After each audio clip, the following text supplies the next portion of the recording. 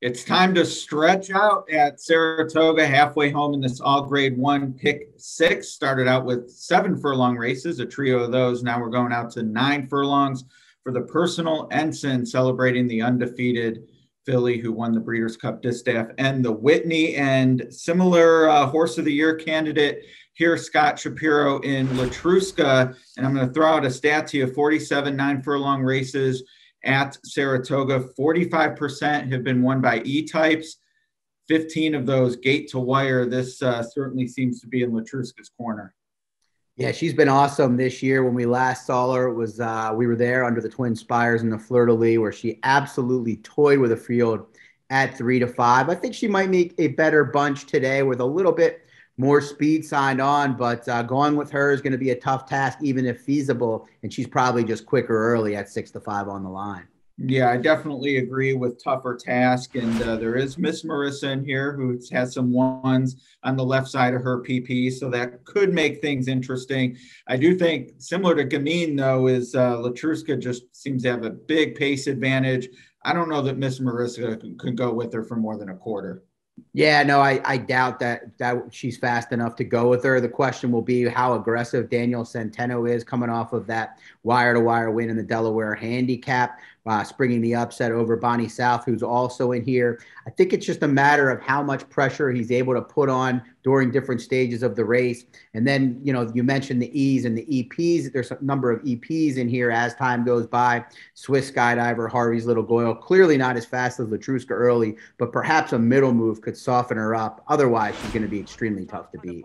No, and that's in my mind sort of been the issue with Latruska looking at her last two. Not an issue if you're a Latruska backer, but she's gone before anyone can even make a middle move. I mean, Antoinette, who I love that, or Antoinette and Anboutant, both who I thought maybe had an upset chance to beat the odds on, they were never in the same zip code. And, I'm not quite sure if that's going to happen here, because Swiss Skydiver is a, classic winning filly. She's beat males, but talk about this with Gamine, and it's hard to knock because she has the front running advantage, where Swiss Skydiver does need a move. She doesn't seem to be as fast as she was as a 3-year-old. No, she wasn't, but I'm going to forgive the effort in the Whitney. It was against Nick Go, who I thought ran the best race of the year, bar none in that race. He's very fast early. Irad broke on top, in fact, with this Daughter of Daredevil, the Preakness winner from last year. Then took back and then tried to come at Nick's Go again, but really was no match in there. But remember, the Kenny McPeak barn had some issues, was under quarantine. Things didn't go exactly as he hoped. He had to run her in the Whitney. He admittedly didn't have her crank and knew it was a tough task. I think with Jose Ortiz aboard, I think maybe she can make that middle move to soften up Latruska. The price will be much better. She's been working as well as I've ever seen her work, and talked to some clockers, John Nichols, on our Inside Churchill Downs last week. She's been they talk about how she's been doing as well as ever. I'm hopeful that at around 7-2 or 3-1, she can run one of her career best efforts and spring the minor upset. Yeah, no, certainly wouldn't shock. And I thought she hung around pretty well in the Whitney, kind of had to dig in twice, and then finally just got felled by, if Maxfield were in here, would be 1-20. So no shame in how that shook out. Does have to carry equal weight with Latruska, which I thought was interesting. Royal Flag, I really toyed with maybe making the pick, the one to pick up the pieces late. Before we came on, you sounded happy for me that I didn't go in that direction.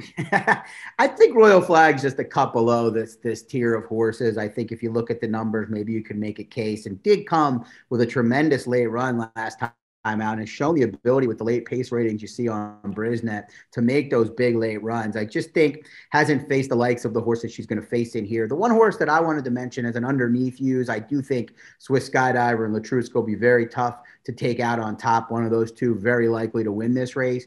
But Bonnie South could get overlooked here. And I know that Delaware handicap, that Miss Marissa one, was a really poor effort at odds of 1-2, but I'm going to forgive it. I'm just going to put a line through it. Delaware, a track this one hadn't raced over until that point and just didn't seem to fire. I think the two races before that at a mile and a 16th, albeit, were pretty good efforts, losing to Latruska, but that was a one-turn mile and a 16th.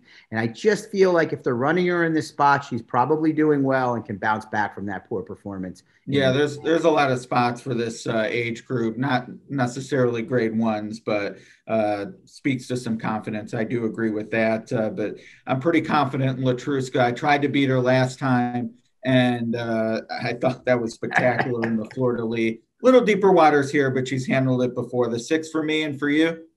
I'm going with Swiss Skydiver. I have massive respect for Latruska. I just wanted to take a chance in a couple of these races, which could be quite the chalky situation and quick chalky sequence. We'll see how it goes.